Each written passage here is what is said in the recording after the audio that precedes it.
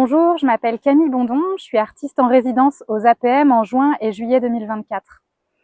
J'ai une pratique qui initie des projets de création collective depuis une dizaine d'années avec l'idée de vouloir réunir des gens pour créer quelque chose ensemble qui puisse contribuer au bien commun. À Saint-Jacques, quand je suis venue en repérage, on m'a emmenée ici, au sein du potager du jardin de l'abbaye, et je suis tombée amoureuse de ce cercle à la convergence de 8 chemins. Et moi, j'avais envie de parler d'amour, des relations, de la place de nos amitiés dans nos vies.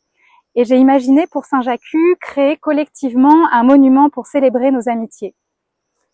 Ce monument va s'appeler Grande, puissante et vaillante. Et depuis début juin, j'organise une ribambelle d'ateliers à différents endroits de Saint-Jacques pour justement aller à la rencontre des gens, leur poser la question finalement de qu'est-ce que l'amitié ? C'est quoi l'amitié ? C'est qui nos amis ?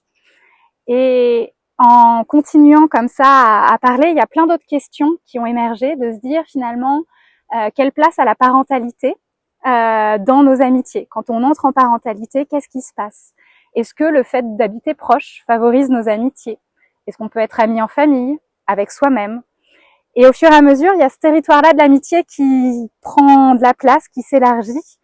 Et nous, on vient comme ça collectivement graver sur des plaques de laiton nos amitiés. Alors ça peut être des noms, des surnoms, des noms de lieux, d'animaux, pour venir ensuite les installer au sein du jardin et créer ce lieu-là finalement, essayer d'initier une sorte de rituel pour prendre le temps de poser la question de la place de nos amitiés dans nos vies.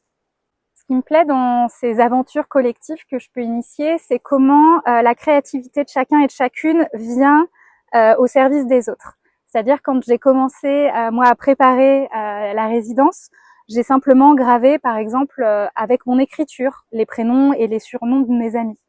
Et au fur et à mesure des rencontres, finalement à chaque atelier, les gens apportent des nouvelles idées, d'écrire à la verticale, d'écrire en entrelaçant toutes les lettres, de se dire aussi nos noms de bande, il y a les Roqueuses de Diamants ou les Biscarrosse Girls, comment finalement on vient aussi nommer nos amitiés en tant que groupe. Ou pour d'autres personnes, ça va être plutôt de se dire c'est plutôt les valeurs que l'on partage au sein de cercles d'amitié.